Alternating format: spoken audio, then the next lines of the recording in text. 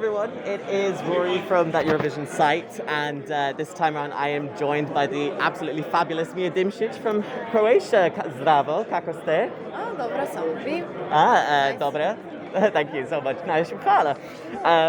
So yeah, you're providing, so you're representing Croatia at Eurovision this year with the song Guilty Pleasure, and I kind of want to just sort of pick your mind about how did you kind of come up with the lyrics, because obviously it's a very deep message, really. Well, deep messages always come from just everyday life, stupid small situations. So I was having a dream 5 nights in a row about someone and feeling very guilty about it. And so that got me thinking I have to write a song about it because it's stuck in my head.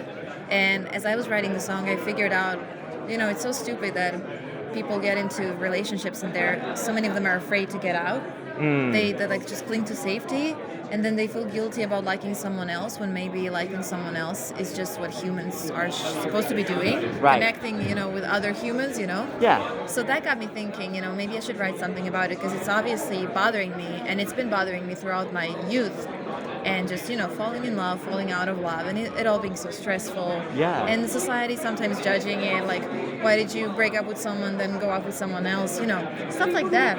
I think we should talk about them. They are very complicated, and I think we've all been through them. Yeah, it's so how many times, we've ever been in these sort of situations where we're so in love with someone, but then we're also you feel bad for loving someone else. It's this whole kind of awkward stage, isn't it? Yeah. So maybe sort of taking the sort of maybe relationship side out of it, what would be your guilty pleasure in food, movies, anything like that, music? My guilty pleasure movie-wise is always Bridget Jones. I can just watch it over and over again. I don't know why anymore, but it just makes me happy. It's a really, really good film, I must say. It's a lot of fun, but yeah. So I guess the kind of thing is, it's you said you were very influenced by sort of country music and Taylor Swift, etc. How did those kind of artists sort of develop who you are as a singer and an artist? Well, definitely, especially Taylor Swift, just writing elaborate lyrics is what inspires me the most in her writing. Yeah. So I always try to put in specific details. If I'm writing about my personal experience, which most of the time I am, I want it to be, the color of the drapes that were in the room and the smell of perfume when someone said something. Those are the little things that make a song stand out for me.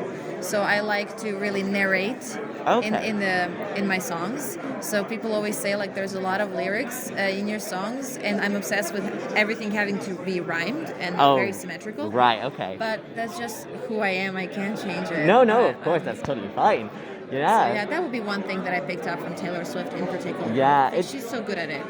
She's such an amazing songwriter. Honestly, I wish I was able to do anything somewhat similar to that.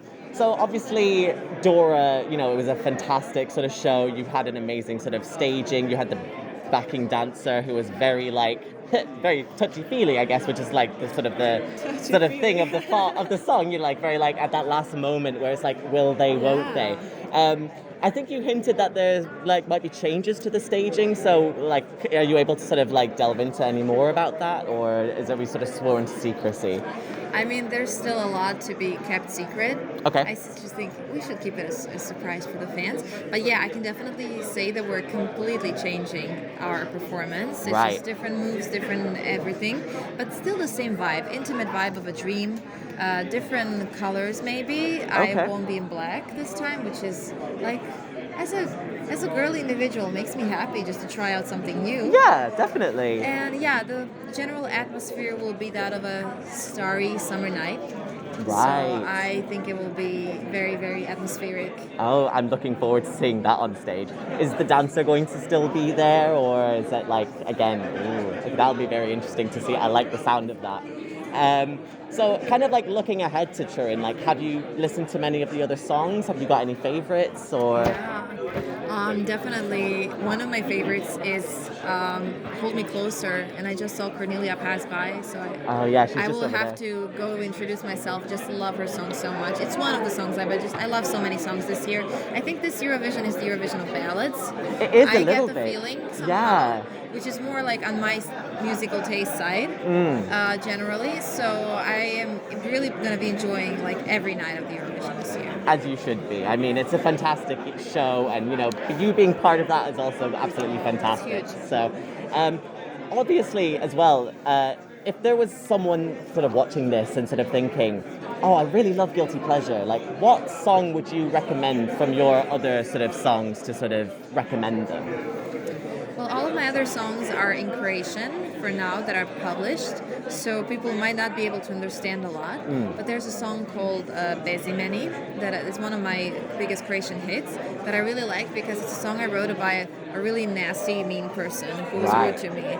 So that was like my message of, you know, just I don't want to have anything to do with you because you're so unimportant, because, you know, you just keep raising your voice and you have nothing smart to say, you know, in a way. Yeah. So for Croatian people, that was so relatable because we all have those kind of people, unfortunately, in our everyday life. So that might be like my personal favorite, but of course everyone can listen and find something for themselves. Oh, definitely, yeah, for sure. And sort of just one sort of last final sort of question. What would be your sort of message to our viewers at that Eurovision site? Well, my message would be just like enjoy every day, enjoy your life. Life is so short and so beautiful, and thank you for enabling us to have this experience, because Eurovision just wouldn't be what it is without the fans who are just so loving and kind to us and supporting us all the way. Oh, so thank you. Definitely. And you know, to have such fantastic songs like obviously yours and everyone else is so grateful to be a part of the show, really. So, you know, hvala I sretno I finale. Yeah, fantastic. Thank you so much. Thank you very much. Thank you.